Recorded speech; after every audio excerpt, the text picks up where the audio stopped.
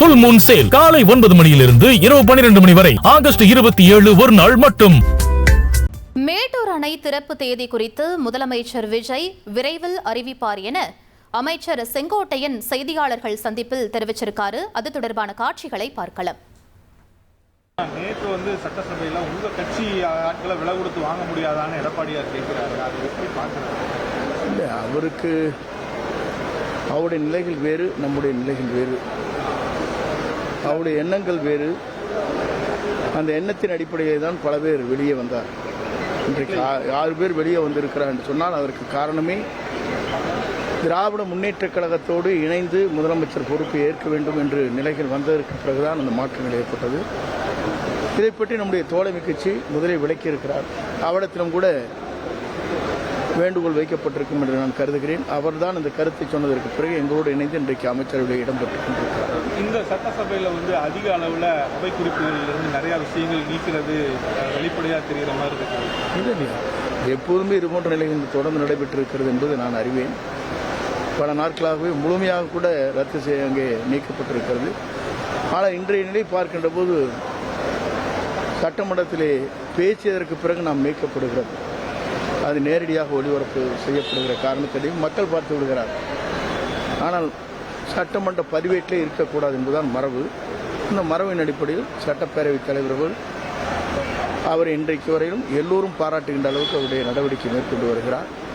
நம்முடைய தமிழக முதலமைச்சரை பொறுத்தவரும் சிறந்த ஆட்சியை தமிழகத்திலே தர வேண்டும், நேர்மையான ஆட்சியை தர வேண்டும் என்பதிலே தெளிவாக இருக்கிறார். அது மூலமா வெளியே வந்துருது. அது அப்படி போடக்கூடாதுன்னு சபாநாயகரும் சொல்லியிருக்கிறாரு. பட் அதை ரீல்ஸ் மூலியமா அந்த அவை குறிப்புல நீக்கப்பட்ட விவகாரங்கள் அனைத்துமே ரீல்ஸ்ல நிறைய மில்லியன் நியூஸ் போற அளவுக்கு எல்லாமே இருக்கு. அது அப்படி பண்ணக்கூடாது, அப்படி வந்தா நடவடிக்கை எடுப்போம்னு சபாநாயகர் கூட சொல்லியிருந்தாரு. இதை கட்டுப்படுத்துறதுக்கு, இந்த சமூக வலைதளங்களை கட்டுப்படுத்துறதுக்கு என்ன நடவடிக்கை எடுக்கிறாங்க? அதற்கு செய்தித்துறை அமைச்சர்கள் அதுக்குரிய நடவடிக்கை மேற்கொண்டு வருகிறார். ஆகவே படிப்படியாகத்தான் ஒவ்வொரு நிலையும் இன்றும் அரசு நடவடிக்கை எடுக்க முடியும். ஏனென்று சொன்னால் ஒரு பிரச்சனை வருவதற்கு முன்னால் தெரிவதற்கு வாய்ப்பில்லை. ஆனால் யூடியூப் போன்ற ஃபேஸ்புக் போன்ற அனைத்தும் பல பேருடைய கையில் இருக்கிறது. அதை விரைந்து அவர்கள் வெளிப்படுத்துகிற போதுதான் அதற்கு அந்த யூடியூப் மக்களிடத்தில் விளம்பரமாகும் என்ற முறையில் அவர்கள் செய்கிறார்கள். அதை எப்படி முறைப்படுத்துவது என்பதை நம்முடைய சட்டப்பேரவைத் தலைவர் அவர்கள் செய்தித்துறையோடு கலந்து அதை முறைப்படுத்துவார். நாளையே இன்னும் இதுவரையிலும் முதலமைச்சர் அதை பற்றி தேதி அறிவிக்கப்படவில்லை. அவர்தான் அறிவிக்கப்பட வேண்டும். அறிவித்ததற்கு பிறகு நான் சொல்லுவேன்.